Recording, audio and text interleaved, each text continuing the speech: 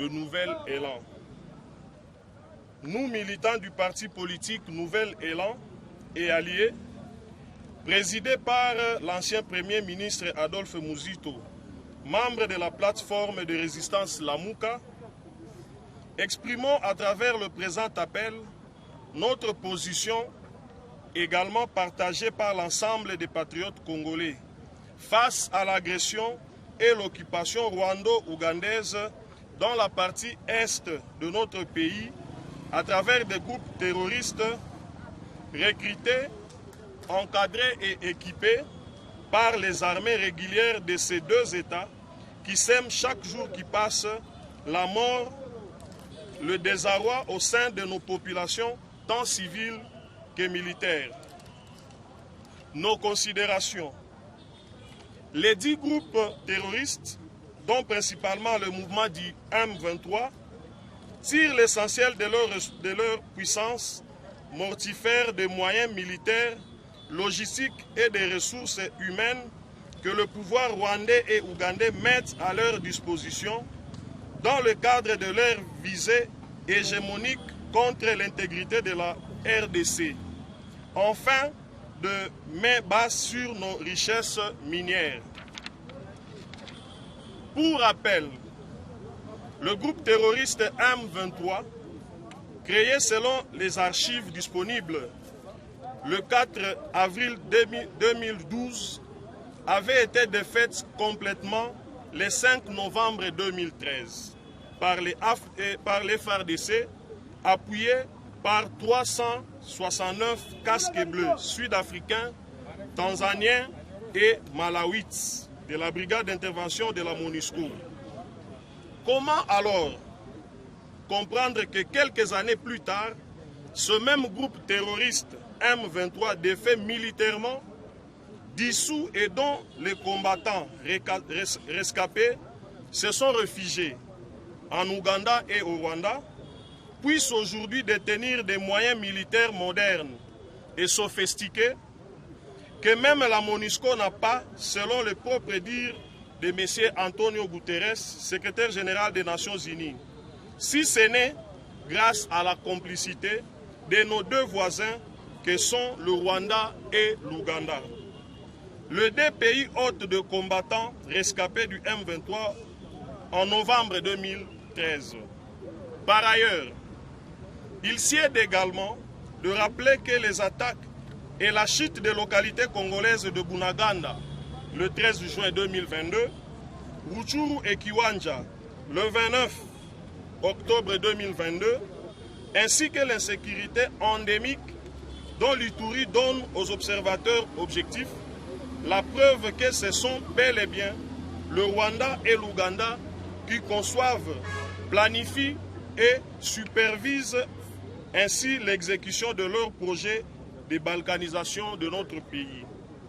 Pour ce faire, ces deux pays assurent aux divers groupes armés sous leur contrôle l'utilisation de leurs territoires nationaux respectifs comme base arrière ainsi que tout le moyen de leurs armées nationales respectives pour la réussite de leur opération de déstabilisation de la RDC, particulièrement dans ces provinces du Grand Kivu et de l'Ituri.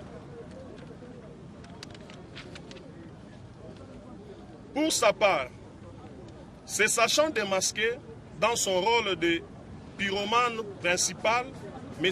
Paul Kagame ne trouve pas de meilleure défense que de continuer à servir de façon éhontée de son sentinelle et fallacieux prétexte de la présence imaginaire de troupes de FDLR en RDC, afin de tenter de justifier la volonté de son pays de continuer à embraser la partie est de la République démocratique du Congo, comme il le fait depuis déjà plus de 2 décennies. Vu la gravité des actes et discours des dirigeants politiques et militaires rwandais et ougandais, Nouvel Élan et alliés exigent 1.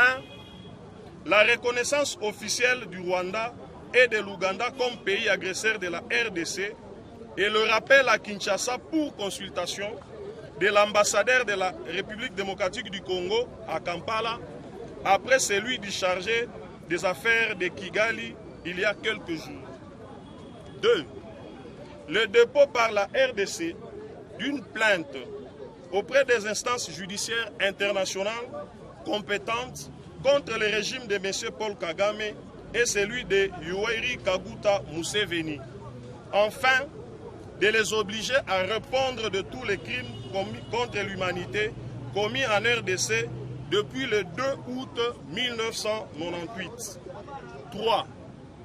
La rupture immédiate des relations diplomatiques avec le Rwanda et l'Ouganda, ainsi que la fermeture de frontières avec ces deux pays. 4. L'étude urgente du projet de construction, dans le meilleur délai, d'un mur de séparation avec les deux États agresseurs de l'Est de la République démocratique du Congo. 5. Le retrait sans délai de la République démocratique du Congo de la communauté d'Afrique de l'Est. 6.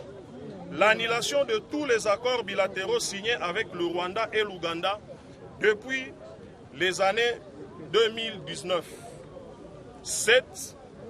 La conduite d'une vaste réorganisation des forces armées, des services de sécurité, de police, d'immigration et de douane, notamment en expulsant ces services pour cause d'intelligence avec pays hostiles.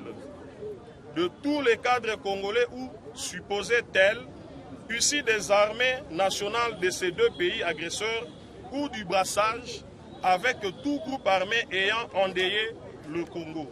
8. La confirmation de la mesure de suspension de l'exploitation de la compagnie aérienne Rwandair en RDC. 9. La conduite d'audit de l'activité de Rwandair au Congo de 2019 à 2022. 10. L'interdiction définitive de vol de la compagnie Rwandair sur le territoire national congolais. 11. La fin de l'exploitation commune de l'or congolais par les sociétés Sakima et l'arrêt de son raffinage au Rwanda. Et enfin, 12. La fin du transit systématique et du contrôle par le Rwanda de données de communication à partir et à destination de la RDC, notamment en procédant à l'arrêt définitif des activités des sociétés rwandaises telles qu'Africell, faite à Kinshasa le 17 novembre 2022, direction politique du parti Nouvel Élan. Je vous remercie.